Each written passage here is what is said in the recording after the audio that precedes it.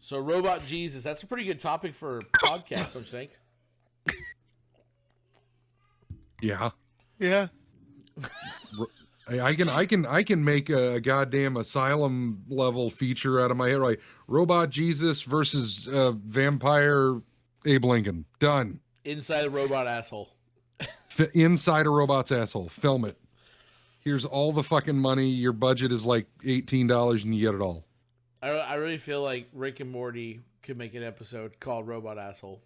Wow, it's so... Oh my God. Oh, Christ. Has the new season dropped? Did I miss that? I've been out of touch. It hasn't dropped yet. I think it's dropping this summer. Is that 5?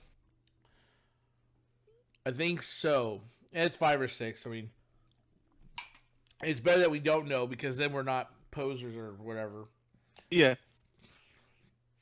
And yes, Chuck, before you ask, I am recording this. Okay.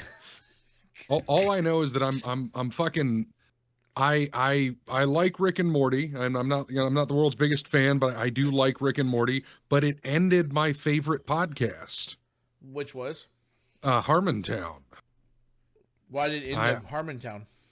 Well, because Dan Harmon, Spencer Crittenden, and Jeff B. Davis had a podcast called Harmontown that they ran for like 5 or 6 years, and they basically announced, "Oh, hey, Rick and Morty just got picked up for like 74 episodes or 90 for whatever the fuck it was," and they got picked up for all these episodes, and like Dan Harmon basically went like, "Well, we're done. Okay, bye." If I don't do this, if I don't stop doing this, have any distractions, we'll never get anything done." Well, it's funny was I was watching one of his interviews where he was dressed. Oh God, I forget the name of the patriarch or whatever. Anyways, they were talking about the most famous episode of Rick and Morty, like the most popular, is the Pickle Rick episode. Yes. And Yes. it's funny how he goes, there was not one reference to his alcoholism, drinking, or anything in the whole entire episode, because the whole point was he was pickled, which is the ultimate thing for alcoholism. Like, he's an alcoholic is pickled, of course. But it was funny was he said when they did the episode, they go, "Oh my God," it was by accident. They didn't put any alcohol references in it. And then right at the very end, they actually had one alcohol reference. He said, no, we got to take that out. I want no alcohol references whatsoever. Because something about the symbology of the fact that he's pickled, which is the ultimate alcoholism, I guess, euphemism or whatever. Simile. So, yeah, I thought it was pretty interesting. I was like, that's what that guy's sitting at. He's like, that's a true artist where he's like, I totally don't care if you get it or not. I'm going to fucking do it the way I want. And I'm going to make all the Karens and all the people who don't appreciate this art laugh at it while I'm laughing at them. Mm-hmm. I like that. That comes around very rarely, so that makes me happy. And if it makes you happy, it can't be that bad. Well, it's funny because like you could tell there's got to be a Rick and Morty shirt in Hot Topic somewhere, right? Oh, yeah. Matt, when you first met our friend here, to Hoffryn, and you found out he worked at Hot Topic, was it hard for you to still stay friends with him, or? No, I mean, we were all weirdo young people. I mean, this was back in the day where everybody in the group basically looked like they fell into a clothing rack at Hot Topic, stumbled out, and met up at Denny's, because that's where we'd hang out. Is Denny's take up the entire back room, and so did we. And you have to understand, at that point, I looked like a cast member of The Matrix ate too much. Oh my God! So I had I had black leather trench coat. I wore all black. I had black BDUs. My hair was down to my ass. I didn't have a beard or anything. I mean, I looked like Fat Undertaker. And he'd either just quit or was still doing it, but getting close to the end of his Rocky Horror weekly run.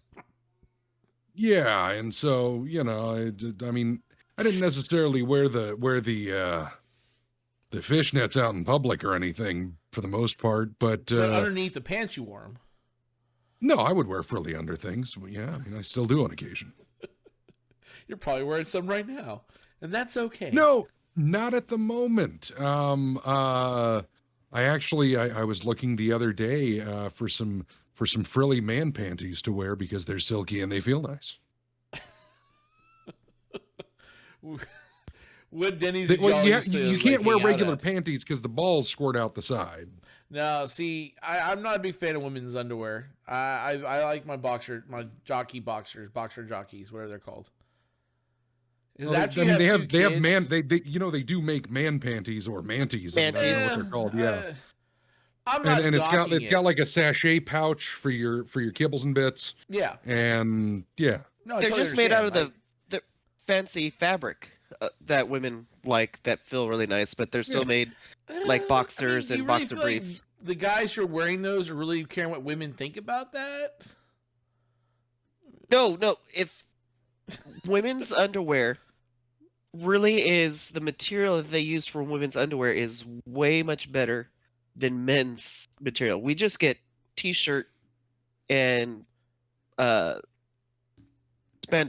basically are your two options. I love how that joke just went over your head. Like you're like, no, I'm gonna explain this to you, Chaz. You obviously don't understand. You don't understand. I gotta mansplain something. You're gonna mansplain it to me about man panties and manscaping. Manties. Yeah. Manties. Okay, manties. It's the frilly fabric that feels so much nicer. See, yeah, I'm a very open-minded individual, but I'm very LLBing with like, if nerd shirts were for fat people like my body style, where I'm a giant rectangle, I don't have like a narrow spot on me. So like all the fat man shirts like stop at a certain point, like my navel, and just show the rest of me. And I'm like, no, I feel like an obligation to keep that hidden, like my shame. But I just look like an LL Bean person, you know. I just have t-shirt and jeans or t-shirt and shorts. I don't match at all. Like I wear black pants and I wear black belts with brown shoes. Apparently that's a big deal. My favorite thing is going out to the stores now and seeing the mannequins. They've now made the regular sized people mannequins more of a thing because that's who's shopping and we want to see what we actually are going to look like in that outfit. But they seem to just focus on this shape, and the neck and the arms and the legs aren't really quite in proportion, so it still just looks, every male mannequin that is plus sized always just looks like a pregnant woman. I'm like, that is I want to know what happened to fat. I want to know what happened to fat people where all the shirts go outward and don't go downward. Like, you're tall, Matt. Does that really bother you, like the big and tall part? Yeah, well, it's big and or tall. See, I depending on the shirt size, I wear a 4X tall or a 3X tall. Yeah. And you buy a tall, and it's like if I buy a regular shirt, it is like what you're talking. It's a Madonna midriff. Yeah.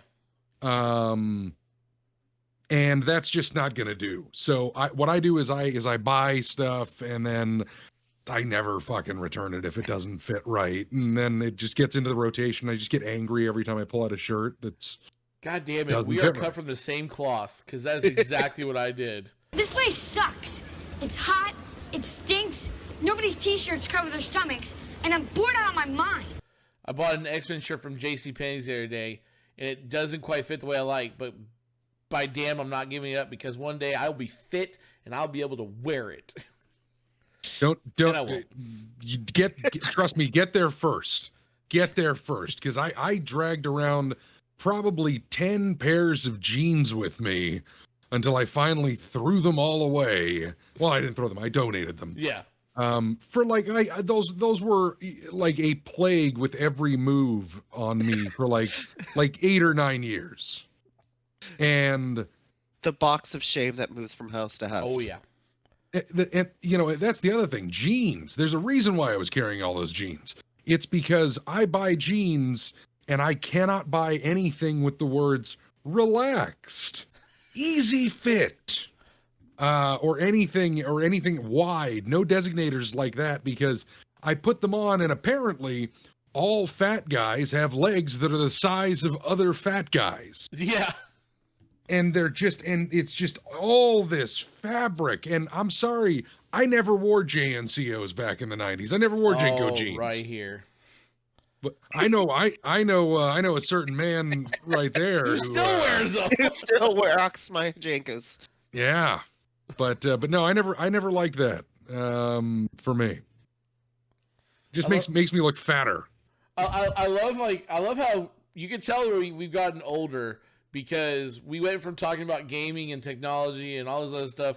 We're talking about clothes and like how they fit on fat people, because as we get those unsightly parts of ourselves, and you know, gentlemen, hold in there. You'll get your clothes eventually. That's this podcast. Fuck everything else we're doing. Fuck gaming. Fuck nerdom. Let's talk about clothing. Fashion. Oh, this is our fashion episode. What do you think about it? Let's talk about this new D&D module. Hold on. I'm on a new blood pressure medicine. Let me tell you all about it. I'll tell you what grinds my gear. Freaking pant sizes do not... 32-inch, 46-inch waist does not coincide to every other brand. I have to go and try on pants, and we all hate trying on clothes.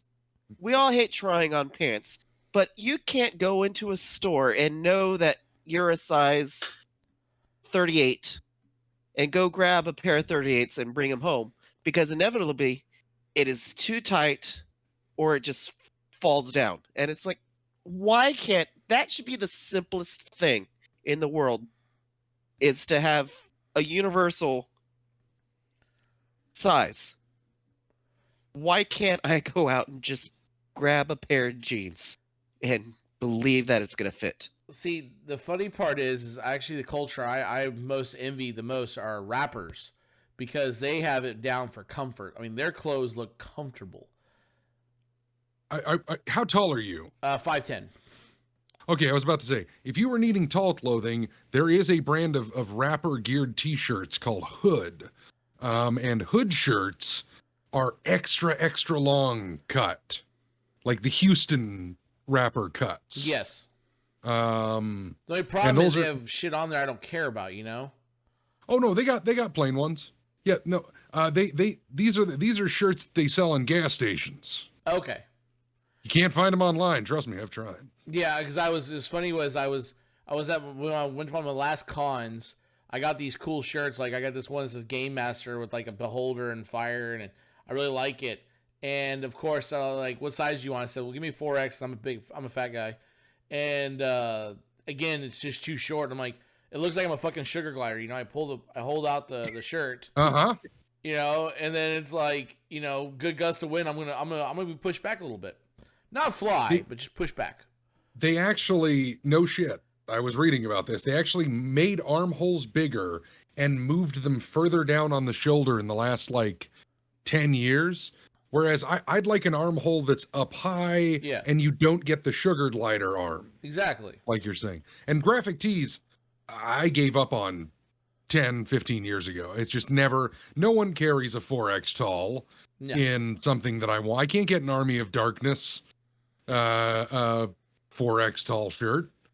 I'm super excited. A friend of mine who's a screen printer just gave me some t-shirts of a friend of ours who froze to death at the end of last year.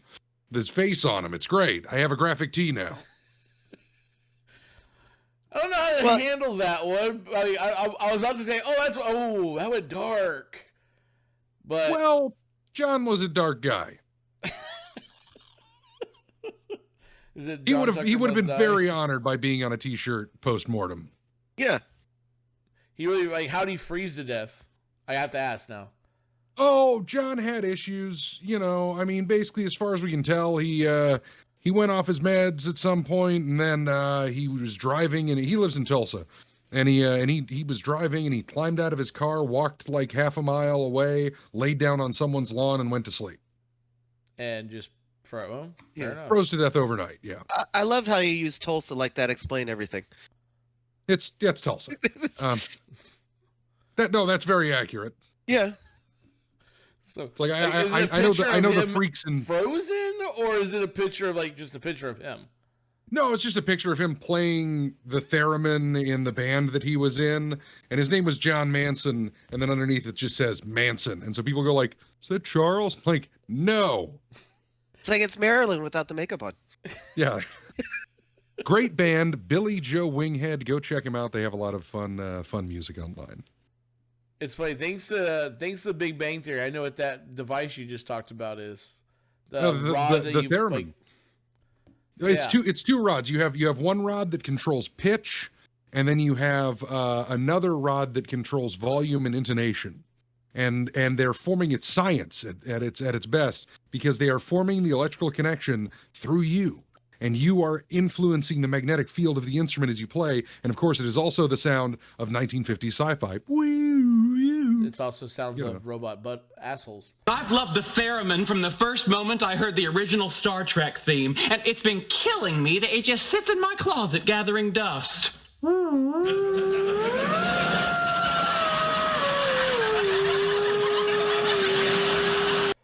Yeah, robot asshole. It's just robot asshole. That's how you know he's coming. Sound of a theremin. So that's interesting topic you talk about. We now watch TV shows and we learn so much from them without realizing that we're learning shit. Big Bang Theory, it very much smart jokes, but they don't have just writers out there that don't know what they're talking about and throwing in fake words. Like I'll go back and I'll watch Star Trek Voyager, and they talk about fixing the flux capacitor, and I'm like, how much of this is really scientific, or do you think they're just spitting out bullshit words? Yeah, it's technobabble. That's the writer. That's the writer term for it. Is sometimes on a lot of shows they wouldn't even, older shows. Nowadays they have staff that can take care of it, but on older shows, they would literally put in, before they got to set, in the script, it would just be like, Captain, there's some technobabble, and that's a writer term that would just technobabble. It would go there in sci-fi shows, and then once they got on set, they would go like, "Oh, okay, we got the refreshed pages for the day. It's the quantum ball detangler overload. All right, erectile dysfunction in cabin 4." But then we get stuff like Big Bang Theory that actually they know what they're talking about. Same with, did you know that Futurama had 5 Nobel Prize winners, 4 people who graduated from top universities in science in their writing room. Like they were part of the writers for the show. So all the science stuff that you see in Futurama is based off of actual fact. The episode where they do the brain switch and you can't go back to a brain that you just came from, and how do we get it back together? They actually wrote out a real formula to figure that out, to make it possible to do all that. You know, the best one, in my opinion, of your example is Silicon Valley, when they did the jerk off algorithm. Have you not seen this before? Well, I've never seen Silicon Valley. So there's a TV show from it's a little older, but it was on HBO, and it had these developers in Silicon Valley, California, right? And they're trying to present their show, this technology they came up with at one of those like tech crunches or whatever. And these coders were sitting around going like, they had a low point in the show where it was like the protagonist had reached its low point. Anyways, they're kind of like doom and gloom, and they're like, well, if I have to go in there and jerk off every dude in that room, I'm gonna fucking do it. And then they started like talking about, well, yeah, there's like 10 minutes to present, and there's like 800 dudes, so that's like 800 dicks, or there's like 800 people, so that's like 400 dicks. And then they started discussing the math and algorithm on how they would hot swap dicks. They calculated the D2F, the dick to floor, because they thought height would be the problem because of the dicks. And he goes, actually, it's not the height, it's the dick to floor. Because if you have a person with a smaller D2F, bigger dick, you could bridge the gap with someone who has a smaller D2F. And they started writing all the algorithm out for it that they can say. They actually came up with the code for when you would orgasm and how they could hot swap dicks in and out. And they had to calculate if girth would actually stop you from, would that affect your motions. That's hilarious, right? The best part on Conan, when the main actor was on Conan, he said actually like a Caltech or some scientist actually took the math from like the screenshots and confirmed that they were really doing real math. They were actually figuring out how many dicks they could jerk off in any scenario. And my wife, who has an advanced degree in mathematics, and a friend of ours who's a coder who also has an advanced degree in mathematics, they're watching it and they're laughing. I'm like, oh, it's kind of silly, but I go, actually, it makes that they're making total sense. Like that those equations are true. So it is their like most popular episode. If you look it up on YouTube, it's like 2 minutes of your life you're gonna love that you spent on watching them discuss this. Huh. Yeah.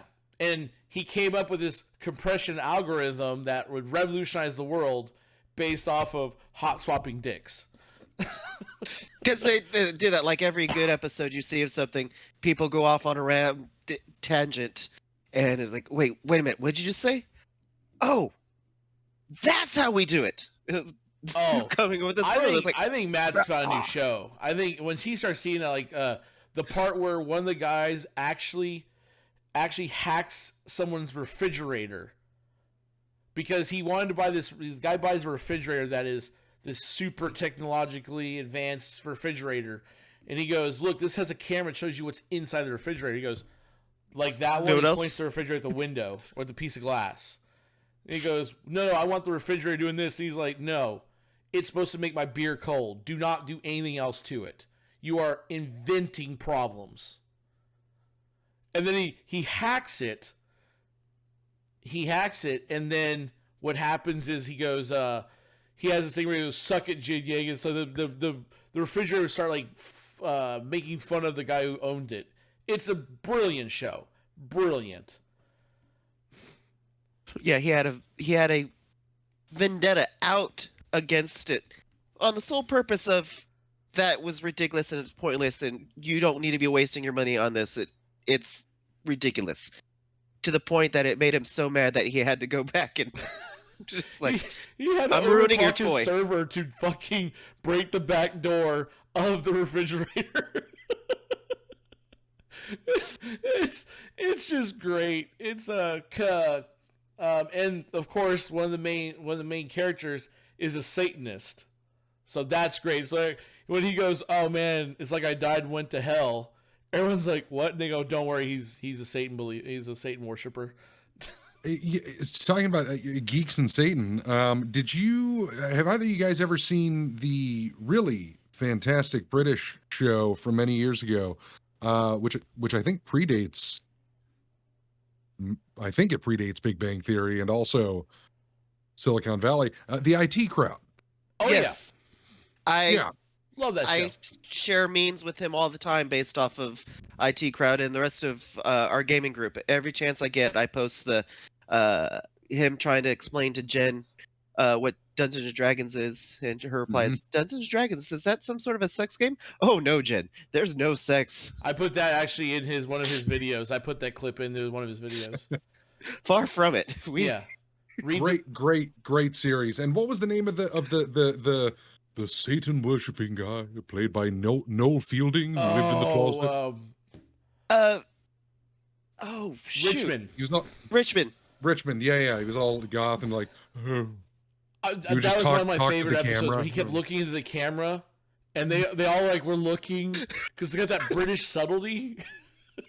It's just it was a great show. It just, and I assume you liked the very first episode. So my buddy Lyndon pointed out the first episode. He's wearing a shirt that says "Read the fucking manual," Mm-hmm. and I'm like, I never knew that. And he goes, "Oh yeah, no, it's called Read the fucking manual." So yeah, it was funny because when these shows that like pass under the radar and mainstream gets a hold of them, and the writers and the directors are like, "What the fuck just happened? Yeah, don't jinx it. Let's just keep going. Let's get the payday. Keep going. You know, just we'll sprinkle in some stupid shit so people eat it and love it, but we're gonna secretly make fun of them and be satirical." Well, But that show flew under the radar over here because it was British television. British television. But I believe, and I'm looking it up right now. Yes, it was. There's a show writer and director and producer called Graham Linehan, who is really like not avant-garde because he doesn't do. It's not like you're watching a David Lynch feature, but he is like kind of a. He's kind of a rogue or whatever producer for a lot of BBC shows. He's responsible for the IT Crowd, and he's also did one called Brass Eye, which is an insane news parody show. That's just, I mean, I can't even describe how like it just the biggest parody of modern news. He's done, I mean, like the huge Big Train, which was a great sketch comedy show featuring very early Simon Pegg. yeah, I mean, he's like over and over again, like Black Books, Black the Books. IT. Yes, that's Graham Linehan. He's done, and I think he also did Father Ted. Yes, he did Father Ted. I mean, just endless series of hit after hit after hit for British television. But over here, yeah, Yeah. none of explosions. I recently found my husband's hidden collection of Cradle of Filth CDs. I was gonna Jesus say Christ. I was gonna say Moss from the IT Crowd slash fic. That too. But and so as soon as I grabbed it, I took Have you it. tried turning me on and back off again? Sorry, go ahead. It's all right. It's now I have to walk around with the CDs all the time and just hold them out to people. I'm like, have you heard Cradle of Filth? They've changed my life. And Mark, he's like, you've never listened to them. I'm like, no, I have. No, they actually tried to get Noel to come out and actually introduce them for a show. I think he did, but they're like, they didn't know about the whole cannon fodder thing, right? And Yeah. when they like, I guess their friends and of course everyone in their life was calling them, trying to be the first people to tell them about it, right? And then the guy's like, okay, fine, we'll watch the show. And they're like, they were actually, it was actually like honoring to them because they just loved how like simplicity was like. They're absolutely horrible and they're amazing. How do you describe it? It's just the most wonderful thing that changed my life, and No, it no, happened he at a said low it's point. Absolutely, Matt. What was his like his phrase? What? Like when he described them, it's like, try track 4 cannon fodder. It's I know what you're talking about now. I don't remember. oh. I know what you're trying to say. Yeah. The lead singer of Cradle of Filth was laughing because I guess it's like a fun thing to say, like, I'm goth because I listen to Cradle of Filth, but how that show actually referenced them, they actually appreciate that. They actually try to get the actor, I don't know if he did or not, actually go out and actually introduce them into a show. Yeah, I think the lead singer, and I may be wrong on this, this may be apocryphal, but I think the lead singer of Crater of Filth now runs a coffee company. It's possible. That's just called like Black Death Coffee or something like that. It's I don't remember. Someone else, you look it up, tell me if I'm right or wrong. I don't know. But or it's like Death Metal Coffee or something like that. All the ones, believe it or not, that you just named are actual coffee companies. Well, there was Black Death cigarettes. You remember those back in the day? Oh yeah. Yeah, it was Oh. a pack with a skull and crossbones on it, colored completely black. You could only get them at like cigarette shops, and yeah, good Yeah. time sitting at Mojo's drinking coffee and smoking cloves. See, or I Black didn't- Death. Oh See, God, I you didn't- smoke cloves? I didn't do Black Death because I had to smoke the cloves. Yes. Oh my God, I don't think I could be friends with you back then. Oh, Look, it just meant that every goth smelled like Christmas hams. no, it didn't. It is. I had a friend who bought a pack of cloves, and we're like, "What the fuck are those?" And he went outside, he was smoking. We're like, "What the fuck are those?" And we just just ridiculed him bad. We Oh, were they like, taste. we were like, "Hey, I got some pepper. You want to smoke that too?" Like, "Oh yeah, I got some paprika." Oh, look, it's already smoked. Yeah, but here's the difference. The goth guy is the one that actually can smoke them. And the other people are like, "Oh, I've got my Marlboro Lights." Oh. Yeah. And you're like, "Yeah, no, I'm smoking this. This is a cigar." Oh no, my Like that's, favorite you know. was when vaping started becoming went from like vaping from hey, I'm trying to quit cigarettes to I'm a fucking dragon. I love it. I love seeing the giant clouds. Yes, I'm looking right at you. I love it when you fucking dragon and boosh, the big cloud. I'm like, it's a dragon. But I did it not because it's cool. I'm trying to quit smoking, and The these are dragon actually part is helping. because you're trying to quit smoking. No, And because he enjoys ripping mad clouds, bro. It's a dragon. He That's not polymorphed. that's not mad clouds. But then again, you're also not smoking from a television remote. Well, see, my guilty pleasure in life. I know everyone's got their clove cigarettes and their Hot Topic shopping. My guilty pleasure. Hold on, I can't hear you. I've got to take a hit off of this home built. Oh, If you would have put Kleenex in your mouth and spit it out, I would have bravoed you. sorry. Go ahead. Sorry. No, you're all right. My guilty pleasure is unfortunately the Real World or Floribama Shore. you know they're bringing back the real world, right? They are. I don't know what it is about that show. Like Jersey, when I watch Jersey Shore, and I fucking love watching those garbage people exist. Like they make me feel good about me as a whole. Like nothing I did in my past. Like when you're sitting there like taking a shit and you're like thinking back about that time someone said the coffee guy was like, "Hey, have a great day." It's like, "You too, brosif." And you're like, "Fuck, why'd I say that?" You know? At least I'm not that guy. Yeah, well, no. You're like you can feel good about yourself even though you said that stupid shit because there's people out there like Floribama Shore where they've took Alabama and Florida people and combined them.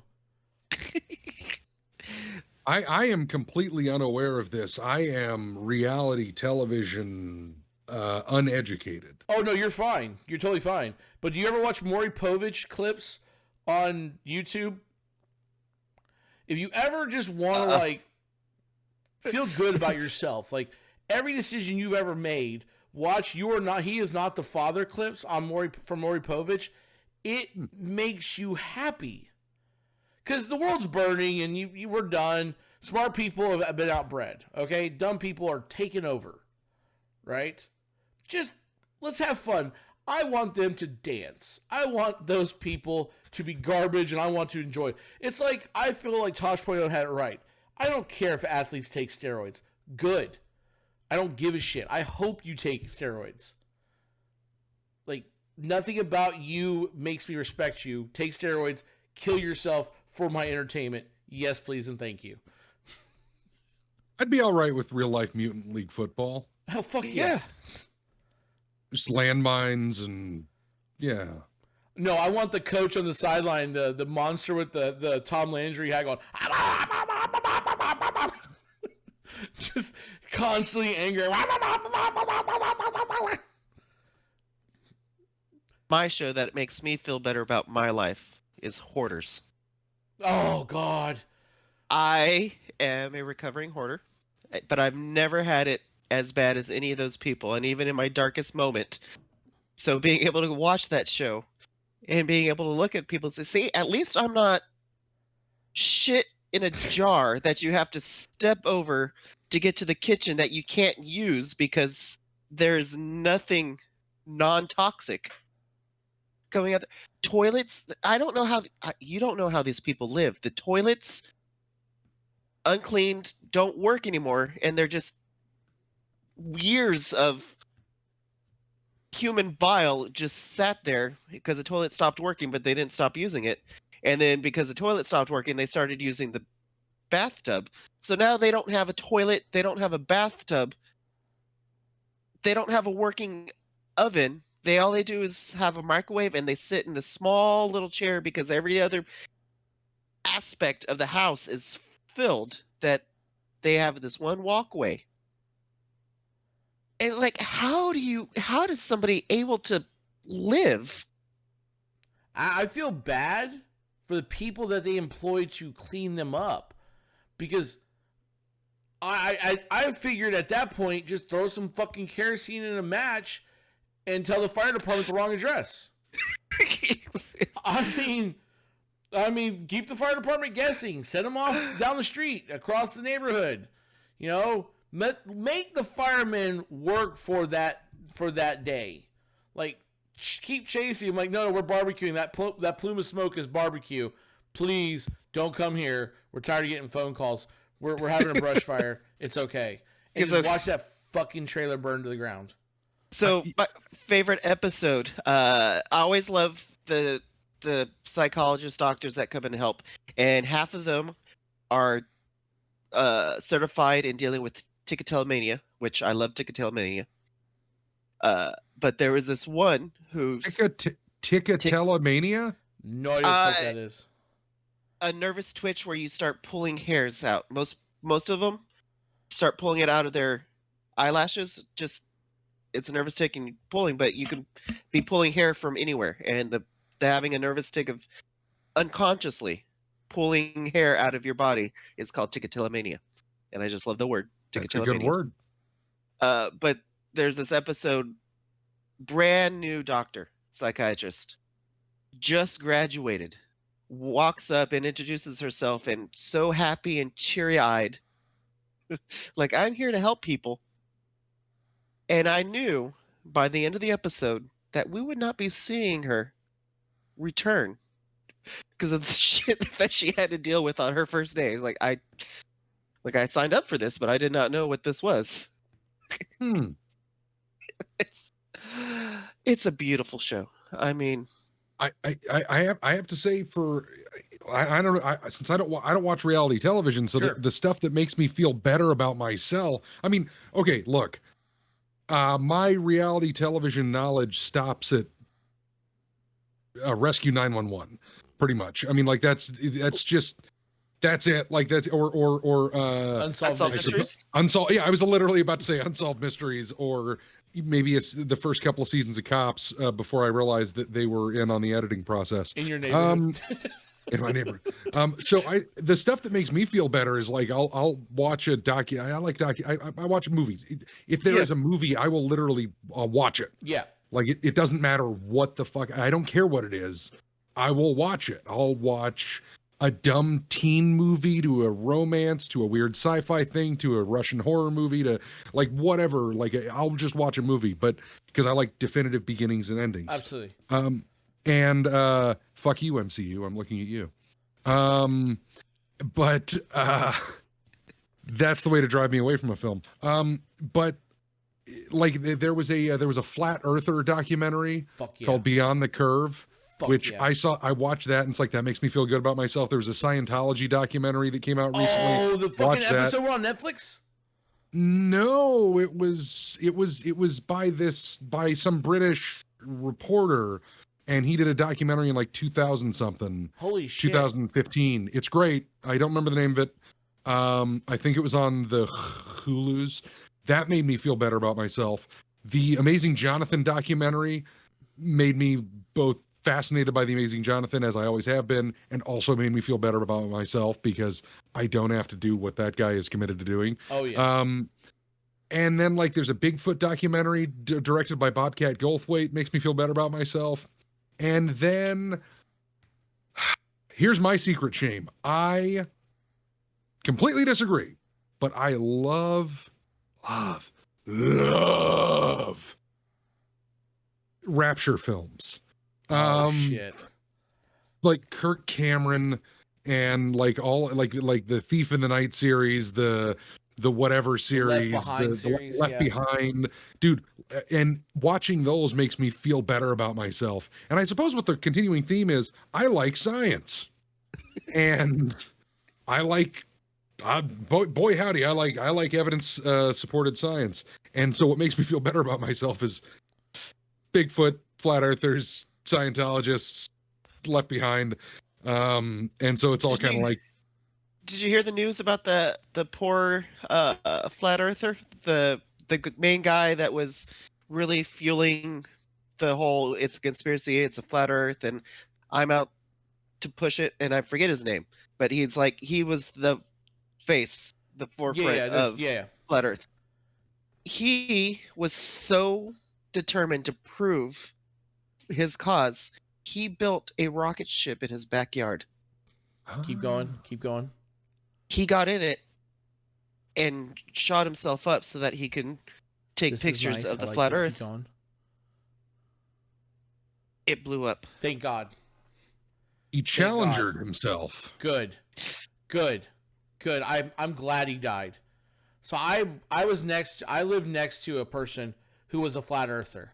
And I work a retail grocery store where I come home.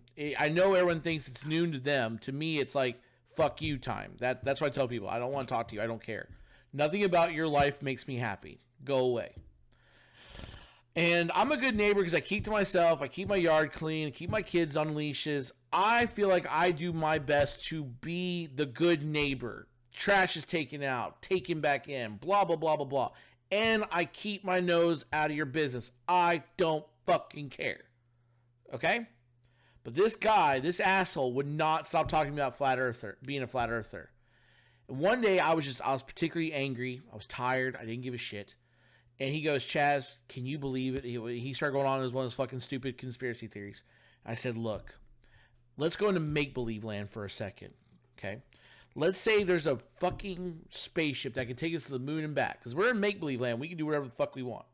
And you and I are the first people in line to get on this fucking rocket ship. And we go on our fantastic voyage, right? And as we leave the Earth's atmosphere and you turn back around and look and the Earth is flat, what part of your life changes? And he goes, well, I would know. I said, okay. So for 5 minutes, you know you were right. Is your mortgage still due tomorrow? Is your wife still hate you? Do the people in the neighborhood want to throw shit at you? Nothing changes. Who fucking cares?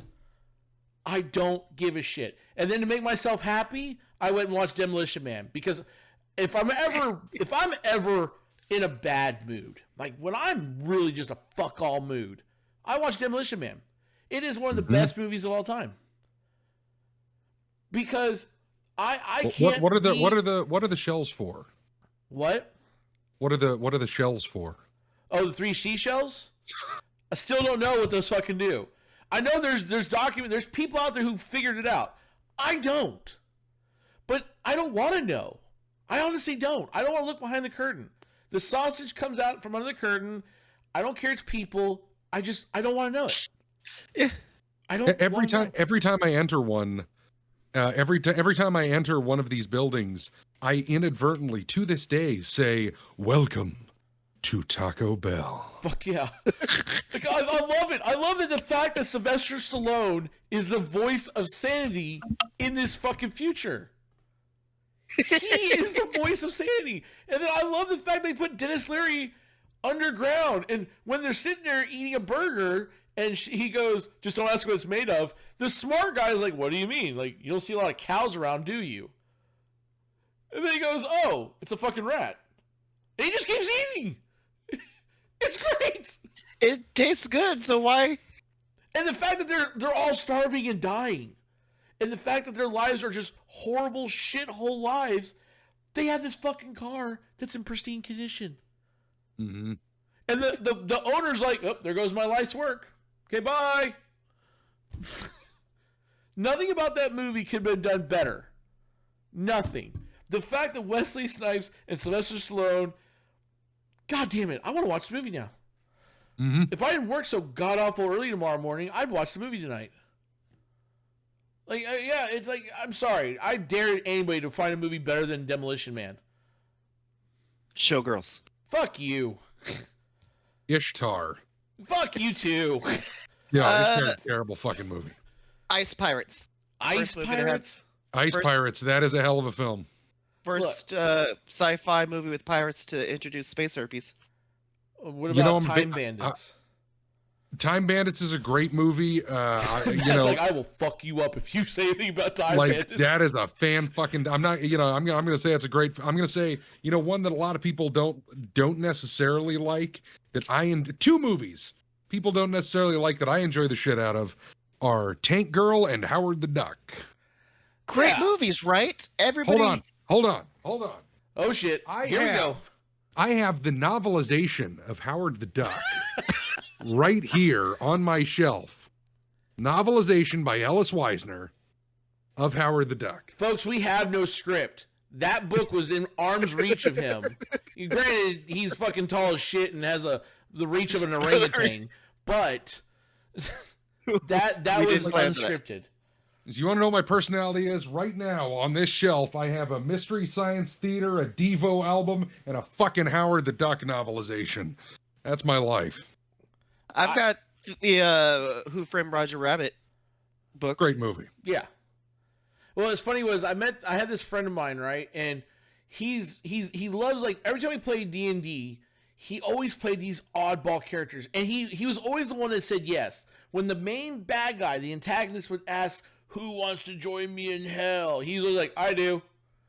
And I'm like, your character's not playable now. He goes, I don't fucking care. I'll make a new one. He always did weird shit, right? Always did weird shit. So one day I was like, I want to get to know you. Like, what makes you fucking tick? What movies help me see into your brain? And he pulled a Time Buckaroo Bandits. Banzai laser disc out of his butthole. No. And he's like, Actually, I have a introduced Buckaroo you to that Banzai movie. laser disc. I introduced him to Buckaroo Banzai. Oh, No, nice. it I was- have a Buckaroo Banzai laser disc. Go ahead. It was Time Bandits and Baron von Munchausen.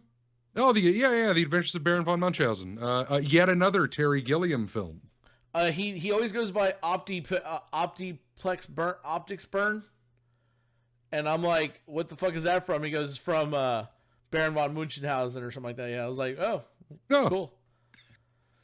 So yeah, it's funny. Like I think that's a true testament, like in our culture, in our groups of friends and the people we roll with, how to really get a window into a person's like personality is what movies. Hoffryn, you are an open book. You said Showgirls, we get it. The only thing to watch Showgirls for, boys and girls, is the scene where she's talking to that lady. The lady with the dreadlocks is talking to the fucking horrible stripper about where she's from, and she throws the french fries down. Wherever. That is the best scene. That's the only reason to watch that movie. No, the only reason to watch that movie is to watch your childhood girl that I grew up with watching on TV, Jessie Spano. Jesse, Saved by the Bell. Oh, Saved by the Bell, turn into a stripper, and then go and I don't know how they did it, but good on them on the acting in that scene where she has to simulate sex with the guy in the pool. yeah. Is that Amazing.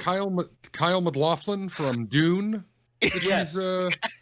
But Yeah. it's horrible acting, and to this day I always walk by and have to comment about all the wonderful outfits that they have in the Versace store. No, the you're referencing a plot point from one of the best TV shows, in my opinion, one of the best TV shows ever created in the 90s was a show called News Radio. I thought you were about to say VR5. VR5 and News Radio. Fucking News Sliders. Okay. What? Okay, News Radio. Radio. This eccentric billionaire played by, I always forget the guy's name, but Stephen he's- Root. What's Stephen that? Root. Stephen Root. Jesus fucking Christ. How'd you guys do it? I love the part where I was in a scene with Stephen Root Were in you? the movie Idiocracy. Yes. I was not in a scene, but he was in the same scene, and I was an extra in the stands. That's closer than I've ever been, so you got me beat. Yeah. So no judging's coming from my end. Chuck might be judging you, but I'm over here, fanboying. No, I love when he goes. He took his list of wives down because that girl did a dirty movie. I love that show. I made my friend download it for me because I love that show. Yeah, great, solid show. Phil Hartman, Taken Too Early, great show. And that was when I could stand to watch Joe Rogan. Oh yeah, Joe Rogan was great in that. I think my favorite episode is when everyone gets sports cars and he gives Andy the radio show, and he thought it was just tapes. They're like, do you really hate him? He's like, no, you don't understand. I gave them to you. I gave you the show. It's like, does anybody else have a problem with the gifts I gave him? Phil starts like, no, just. Oh, everything about that show is great. Everything about the show. I even referenced it at work with budgets when they find out that the over budget because the helicopter fuel was too high, and he goes, "Oh, just raise the budget." I'm at work and they're like, "Chaz, your labor budget's a little too high, or hey, this budget's a little too, we're a little too over budget on this." Like, well, there's a solution to that, and they go, "What's that?" I'm like, raise the budget. Raise the budget. Mm-hmm. It's a multi-billion-dollar grocery company. Just raise the fucking budget. Who cares? And the interesting thing that I find about news radio is that you have not one but two gay icons. You have Andy Dick and Vicki Lewis. It's not Vicki Lewis. What do you mean it's not Vicki Lewis? He's looking it up right now. Look at his eyes. Yeah. Are you talking about the redhead? That's not Vicki Lewis. He's looking at it right now. Kathy Griffin. That's not Kathy Griffin. That's not Kathy. Oh, crap! Wow, you're right. She did Suddenly Susan. My bad. No, you're doing fine. No. There's a bunch of gay people. The mafia is at my door right now. Now, let me ask you a question about that. Now, Kathy Griffin is. I mean, she is, but I got the show she was on wrong, and that's why now, if you don't see me on the next episode, it's because the gay mafia came and set me straight. Ooh. And not. Hold on. That's a good one. That should be a meme. The gay mafia came by and set me straight. Yeah, I feel like there's a missed opportunity there. Screenshot my face and just. Oh my god! Oh my god! The Mafiabulous. Oh, so yeah, it's funny. On the same token of that, I work with a woman who is very, very, very, very, very gay. She doesn't hide it at all. And I was like, for April Fool's, can you please come in a pregnancy thing? And watch our super conservative town. People go, is that boy pregnant? Or did that girl, like, what happened? Like, and don't fucking tell anybody. Don't say anything about it. Just fucking go on your day like normal. She ultimately didn't do it because she felt it was unprofessional. But I'm going to find that one day. Any lesbians out there who everyone at work knows you're gay, if you show up on April Fool's in a pregnancy balloon, take pictures and say thank you for the idea. I find that, yeah. But let me ask you a question about that. So I remember in The Office, I know you probably don't watch The Office. I fucking love it more than anything. Everyone assumes that Oscar watches Will and Grace. So he has like this huge collection of Will and Grace DVDs and VHSs. Is that a true stereotype or is that false? Oh, it's a true stereotype. Like, if you watch Will and Grace? Have you ever watched Will and Grace? I watch Will and Grace all the time. It was a great show. But have you met any person who's gay who doesn't like Will and Grace and everyone just assumes they watch Will and Grace? I don't know. I might have. It's just one of those, you don't have to, as a gay person, you don't walk up and list off we don't have the checklist in order to join the club. All right, you're a new gay person that I just met. Kathy Griffin, Will and Grace, Cher. Like, oh no, I don't do Cher. Well, Matt, so I friended Matt on Facebook, and a little questionnaire came up. What do you think about these movies? So it's not just a gay thing. It's just we are the kind of people who I want to know what movies you watch.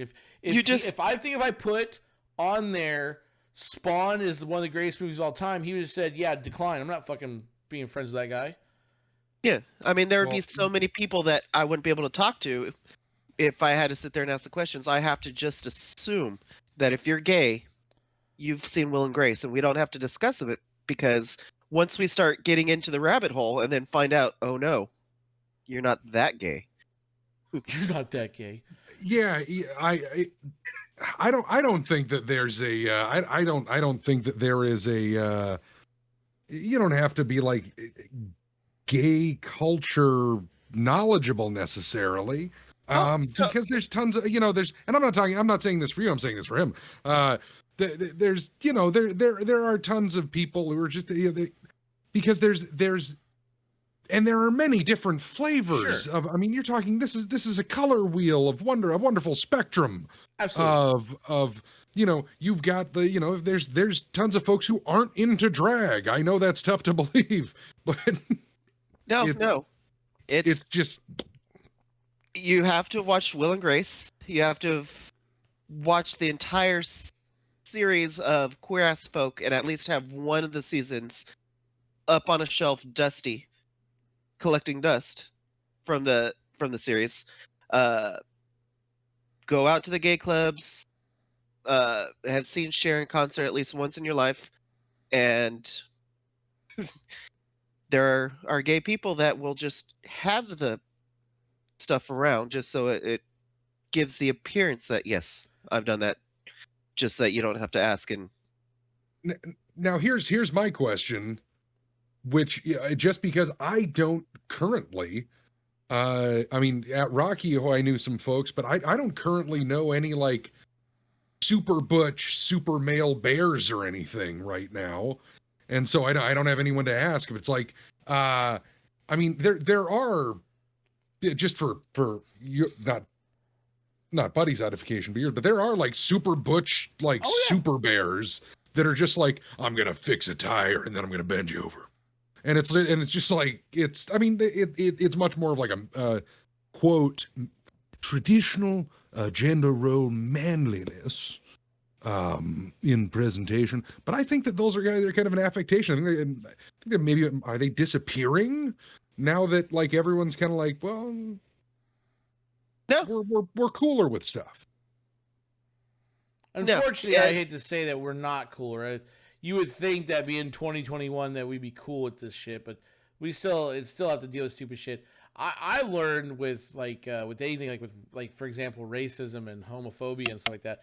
I feel like the way to get rid of it is to celebrate our differences. Like one of my favorite things, like messing with the Hoffryn here, was he's never seen the movie The Perks of Being a Wallflower, and when I forced him to watch it, and he was like, "Fine, I'll watch it." And they texted me like almost pretty close after you watched the movie, right? Like during the credits. Yeah, he was like, "You made me cry." Like, what the fuck? And it's one of those movies where it's like, it wasn't they're trying to be proud of anything. Like this is a movie about that. Just they addressed a topic, they put it in there, they did it tastefully, and it made you feel something. That's what I think we should be doing. That's going from nerd culture to this now, but because I'm no authority. But yeah, I think that's what we should be doing. I think we should be celebrating it and stuff like that. The differences. We now turn to D. Hoffryn for his commentary on these commentaries. First, for anybody listening who had no idea, I was joking. Wait, the what? rules and standards of being gay don't Oh. exist. You Damn it. and you guys know that, but I have to put that out there because inevitably there's one person that hears it and like, no, that is not how we do it. Dare you? You're giving it all away, man. You got to let the joke ride. You're just like, listen, I wanted to apologize to everyone for letting the secret codexes out into the world. I will not do that again. It's like the magicians that punish the magician that gives away the trick. Doesn't punish them. They just got out of the business and went over to Vermont to hang out for the rest of their lives. So like they put him out to pasture. Joe didn't live in Make Vermont. 3 of his toes disappear. Oh God! Which is Arrested what's Development. gonna happen Joe. to me is they're gonna put me out in the gay mafia now because I've spilled all this, is gonna send me off to Oklahoma to live out the rest of my life. They did in Zoolander. Why not? The two male models on the grassy knoll sure fuck.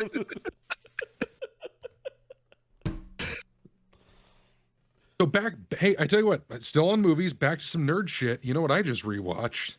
Because I got the Blu-ray of the director's cut of Highlander.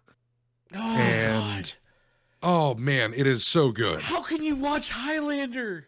Highlander is so good, especially if you get the director's cut. Because the Time. director's cut, Ow. a lot of times director's cuts are really crazy, stupid. It's like, oh, this is all the shit that they told me I couldn't put in here, so fuck them. I'm putting it in here. The director's cut of Highlander actually makes the movie make more sense. The relationship between him and his secretary is because he found her as a little girl and saved her life in World War II.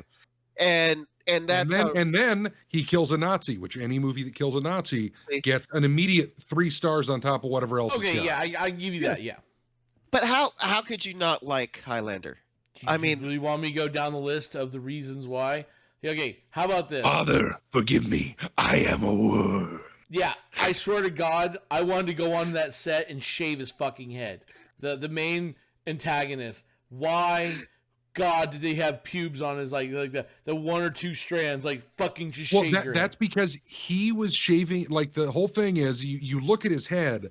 And it's Scar Effects makeup, and he's got like giant dents in the top where there was battle damage.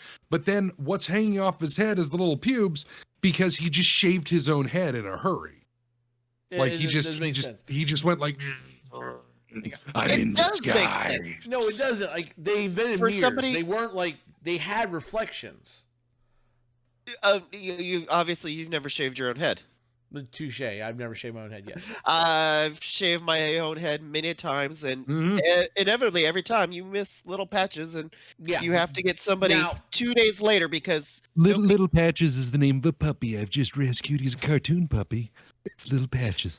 And inevitably it's 2 or 3 days later because nobody for the first 2 days says, "Oh, by the way, you missed a spot." They just let you walking around looking like an idiot. Those people are not your friends. So that makes a lot more sense, him walking around with missing patches, because doesn't say that. I know you guys think you're proving a point, but you're not. And then the other main point is the Scottish man playing an Egyptian Spaniard. Okay, so that is ridiculous, but the panache and verve with which that part is played by Sean Connery and his giant, and I mean giant, like almost egg-sized pearl earring, is so good and enjoyable, and he's having plainly, for such a famously dour man, he is plainly having the most fun of his life playing that character, that I have to let it go, except for the portion where he says, "You and me, Highlander, we are the same." And I'm like, well, no, you're an actual Scotsman, and he's French. Yeah. But other than that. Okay, then there's also the ending. The ending is fucking horrible. Spoilers. The ending is fucking horrible. Like, they're sitting on a hillside as the camera pans away. It's like, we can now live in peace. Like, no, god damn it. This movie should... Oh. Look, you want more movie? Go watch Highlander 2. Let's see how that works out for you. What's that? You want more? You want the movie to end differently? Go watch Highlander 2. You get to see what happens right after that and see how that works out for you. I love the TV show. I think the TV show was the best. Like, you knew how bad the movie was until when the TV show came out. You're like, oh, fuck yeah. Here we go. I thought he was going to flash me his dick or something like that.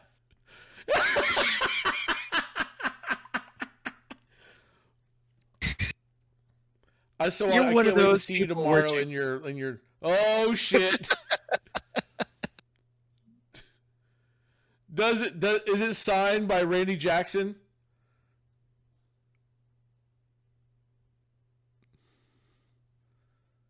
Is it signed by Randy Jackson? Because when you meet Randy Jackson, you do not get his autograph.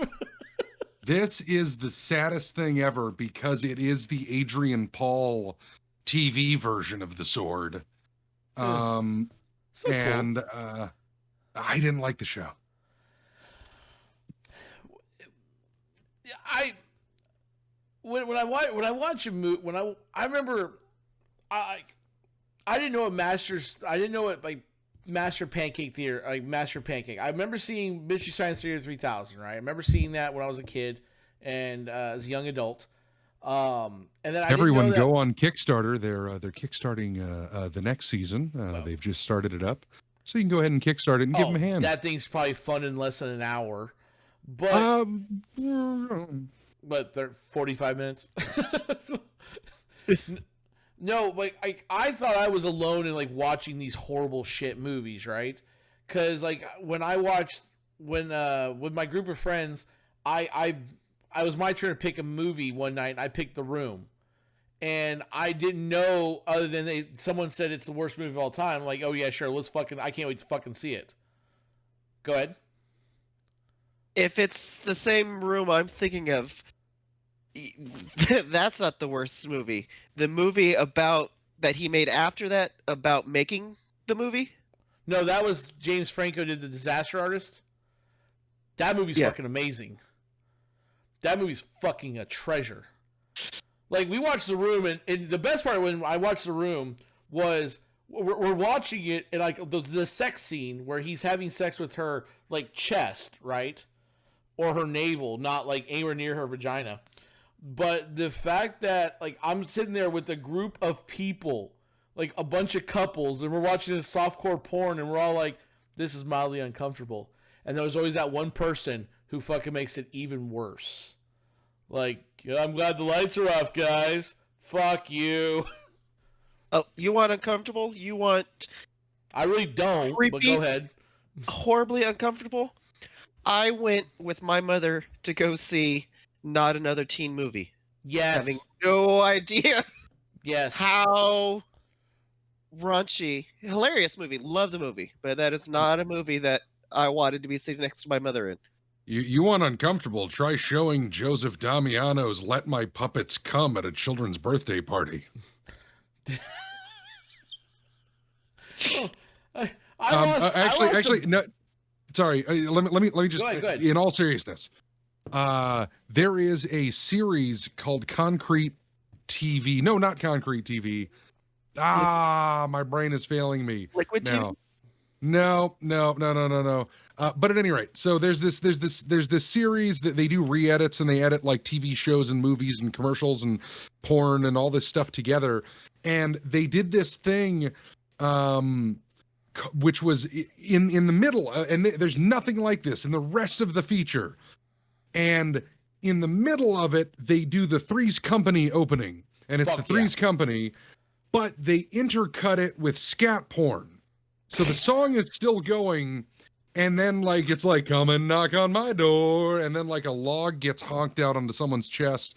And so because of this one scene, which was like not like the worst thing in this feature, but I loved showing this thing at parties because the rest of the thing was like, no, not this scene. The rest of the feature was like, it's like, oh, they'd show some stuff from Jerry Springer, and then they would show this, and it was like YouTube before YouTube. Yeah. So when you would trade, but this one scat porn infused opening of Three's Company, I thought I had edited it out and I had gotten rid of it, and I grabbed the wrong file from the wrong hard drive and I was showing it at a friend's sister's like 15-year birthday party. Fuck yeah. And in the middle of everything, like we'd already seen one episode of this, and then we were watching the next one, and then I leave the room to go get a drink, and the dude who was the brother of the sister comes out and grabs me. He's like, "What the fuck do you think you're doing?" And I was like, "What did I do?" He's like, "There's fucking shitting going on right now."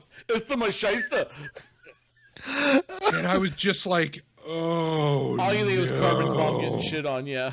It's the Machista. Okay. It was just the worst feeling, man.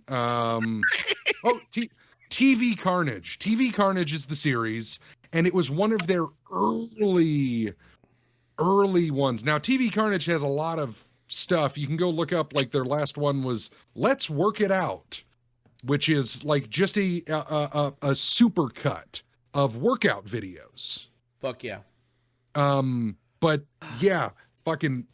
Now now I appreciate the sequence more these days because that's fucking art when you take the opening of Three's Company and intercut it with footage of shitting. But it wasn't all shitting. It was they would be walking through doing the credit sequence and be like Don Knotts, and then just shies up that makes your bile rise.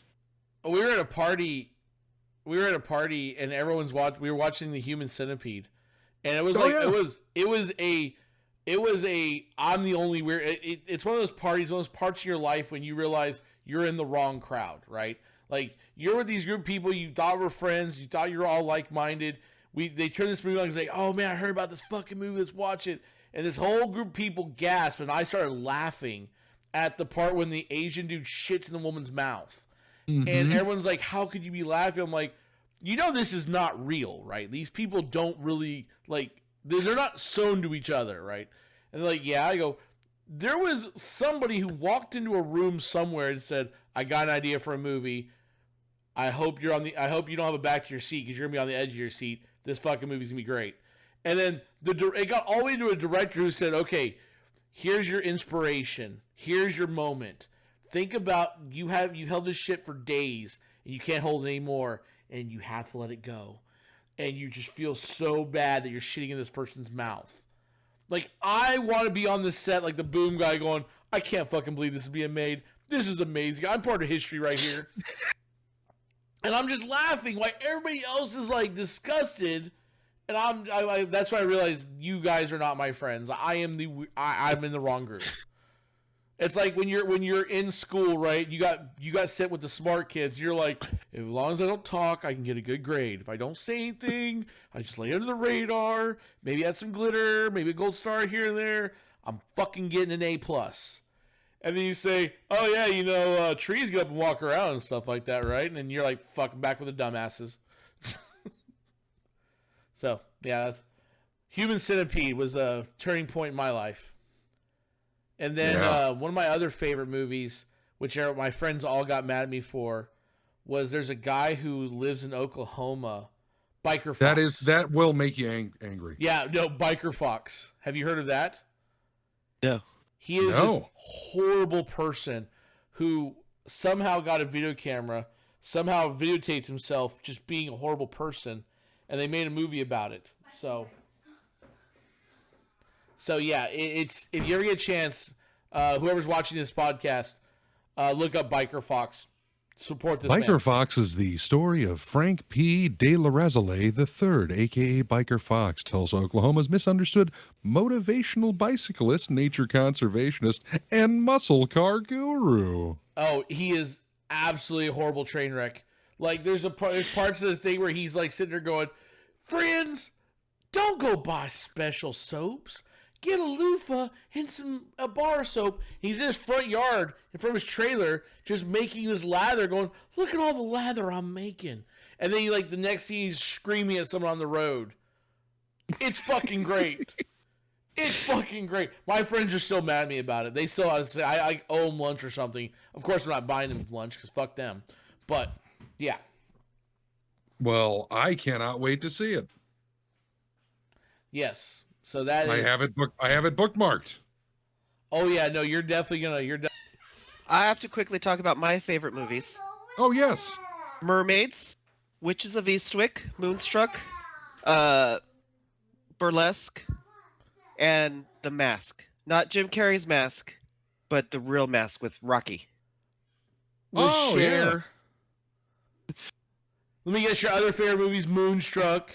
I said Moonstruck. That's one. And Witches of Eastwick. That would Mermaids. That would be a pretty good triple feature.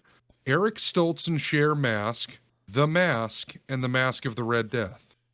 There you go. The Mask was another movie that my husband found out that I've never seen The Mask, and like, that's a Cher movie. You haven't seen The Mask? Like, no. Like, should I? And first of all, watching the movie, you get so many references to many TV shows because they've all referenced Rocky. Family Guy does the thing where the blind chick is rubbing his face. Oh my God, you're a monster. Like, looks don't mean anything. But anyway, that was another movie that I watched till the end, and then I got pissed off at my husband. I was like, why did you have to make me sit down and watch this movie? You made me have feelings. Like, so if you're ever in a fight with your husband, like let's say you and him are getting in a fight and he just wants it to be over, does he just go start singing "If I Can Turn Back Time" and you just immediately stop what you're doing and just start singing? Yes. Like right And it now, also- how hard is it for you not to sing? A little. And it also works with, he doesn't have to sing it. He could put on any Cher song on YouTube, or there's a whole list of songs that if I'm in the middle of a rant or something and that song comes on, I literally forget what I was talking What's the about and I top turn song? around. Top song right now, it's Bang Bang Bang by with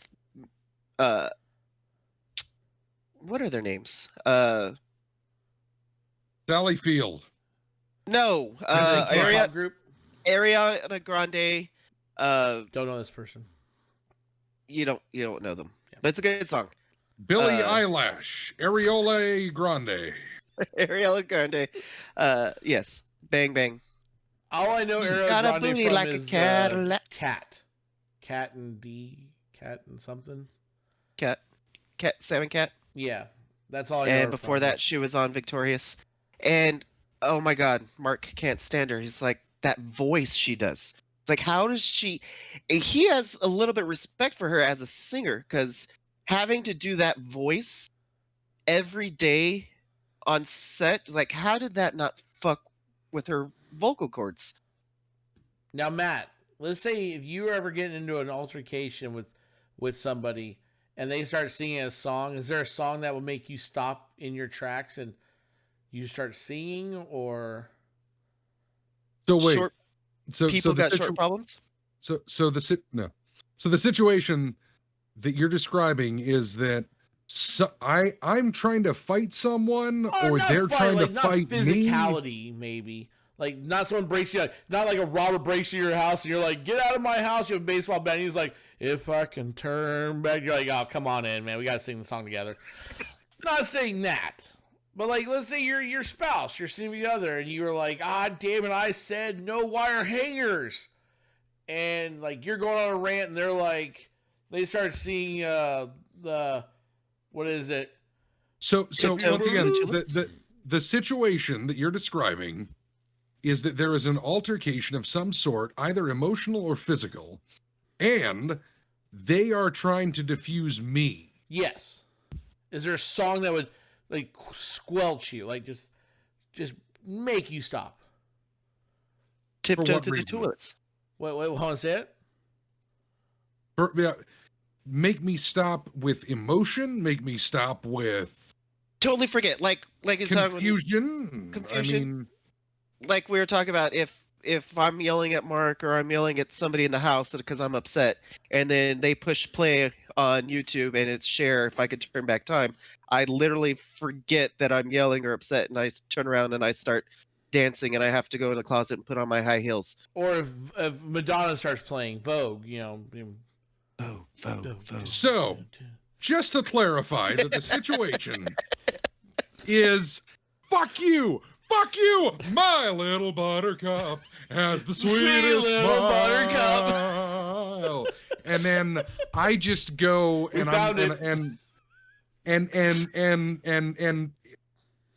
just go, like join in the chorus, or like drop my pants, touch myself, and cry. I mean, To Just all join in the the chorus, people do the- personally associated with Matt, you now know Sweet Little Buttercup is his off switch. okay. Yeah, I don't know, man. I mean, I suppose anything would really work, because that's not something you'd expect in an altercation, is for someone to begin singing. But that is Matt. I can see that in the middle of. I mean, it that sounds wouldn't like even be something an I would altercation. do. Yeah. But We start doing My Little Buttercup, and he's totally going to go into a Three Amigos yeah, dance scene. I mean, pick any song you want. Buttons and Bows. Jingle, Jangle, Jingle. But be careful. There might be a song that like enrages you even more. Like Mersey Dotes. Just because it gets stuck in my head would enrage me probably. I don't know. I think Gundam Style would probably enrage you too. Maybe. Oh, Mersey Dotes and Dozy Dotes and little lambsy divey, kiddly divey too, wouldn't you? Mersey Dotes and Dozy Dotes and little lambsy divey, kiddly divey too, wouldn't you? That one gets stuck in your head. Or smack my bitch up, whatever your flavor is. That's Tiptoe through the tulips. through the tulips, that's where I'll be. My song that enrages me is Supercalifragilisticexpialidocious. The moment that's like my mosh pit song. Have you heard the death metal version of Supercalifragilisticexpialidocious? Oh, the only death metal I listen to is the Austrian death metal group. Oh, god damn it, I forgot that. All they do is quotes of Arnold Schwarzenegger. Austrian death metal, I think is what it's called. Yeah, it's literally, get to the chopper! Boo! And just fucking like death clock, just death metal, and it's just like, it is not a tumor! Boo! It's just pure symphony of gold. Because when Arnold Schwarzenegger dies, I'm taking the day off. Yeah. Because that man is a goddamn national treasure. Hopefully when he dies, they find out that it was a tumor. Oh, too soon. Too soon. Even that hasn't happened. I think the same death metal that did Supercalifragilistic is the same one that did the death metal version of Chitty Chitty Bang Bang. Well, I assume they did.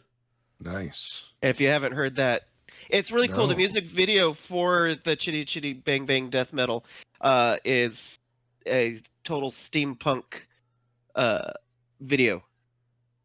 See, I love the fact that death metal is now like having fun with shit. Like they don't give a fuck. That's great. They're not trying to do anything special. They're just like, we're gonna do what we want to do, and fuck you if you like it or don't. And now let's all stop and watch Titty Titty Gang Bang. Titty Titty Gang Bang. I don't know why. And on that note, did you guys hear the tetanus shot thing? Did you hear that? Nope. Okay. My family's going nuts again. So on that note, we'll have to end this. Everyone get comfortable because the Hoffryn's about to say his goodbyes. Go ahead. all right, Chair, call me. We'll watch all the movies and talk shop. We'll definitely do any and all of Demolition Man, and we won't do Centipede, but we'll watch How dare you? Highlander. Oh, definitely. Because I'm pretty sure that you've seen all of your own movies so many times that would be tiresome. But anybody still, Julie and the Phantoms, watch it, put it on loop in the background, and Winks, I want the second seasons. Let's make it happen. Matt, how would you like to end? You want to plug anything? He already has. Share, Robot asshole coming out.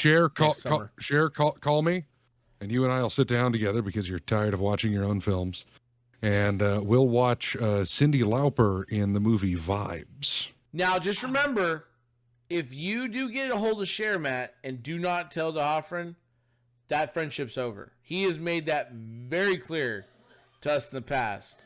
If we do not include him with the Cher, don't bother talking to him ever again. What do you think? Am I wrong?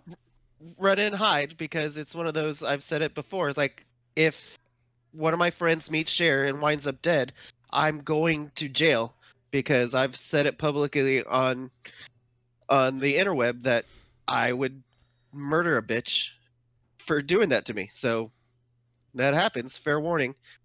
I'm not going to say that I'm in no denial in belief that I will actually succeed, but it'll be one of us by the end of the night won't be alive.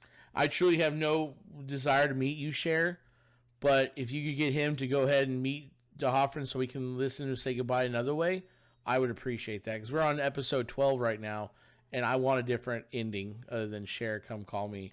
We'll pick clothes out together. We'll just live with each other. See how it works. We can go shopping at I've got nothing Versace. to say other than thank you for watching, and have a great night, and go watch Titty Titty Bang Bang.